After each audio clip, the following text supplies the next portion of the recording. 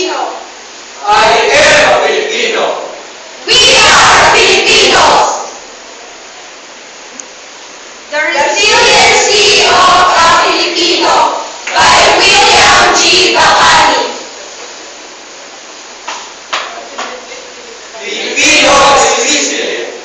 Since time immemorial, we are tested by countless calamities, volcanic eruptions, devastating earthquakes and lava flows, super typhoons, flash floods, and landslides. Victoriously, we surmounted these orders and fates beyond the imagination of the human race.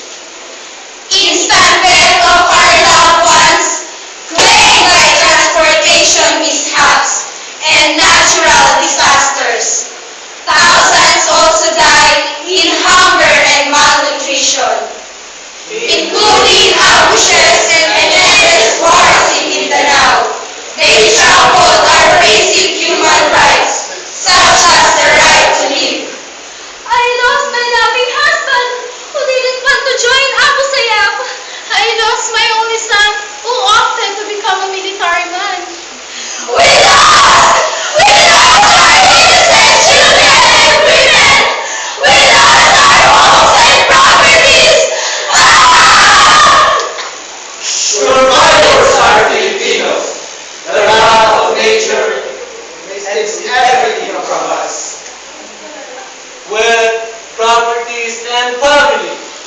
But the Filipinos never give up. For us, we are continuously discouraged by the test of time. The spirit to survive and to bounce back remains undefeated. I am as alliance as a bamboo, for I am a man of earth. My hair may all be blown away by the winds. And my legs may be green. But I will stand and pick up the shattered pieces of myself and continue to live. We salute to survive, love and aspiration to live, not only for my family, but also for my beloved country. Unite in the midst of crisis, regardless of socio-economic status, tradition, and creed. The world has seen the magnanimous spirit of the Filipinos in crucial times. The gap between the rich and the poor was narrowed. Envy was replaced by sympathy. Hatred was Conquered by love. Selfishness was set aside. And saving one's life is a desire.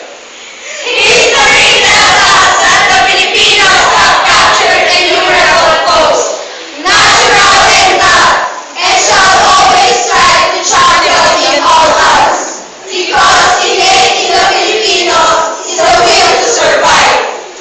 We may be offset by the horrible sins around us, But certainly, we will be strengthened by our living peace. We have been landed by many nations in the world for our resiliency during disasters. Others die in saving lives. But only few realize that we are able to survive because our spirit to fight is deeply anchored from faith that God Almighty will never forsake us. I believe that the Filipinos are varied by race and cultures, are capable of going on top of any situation if united. Together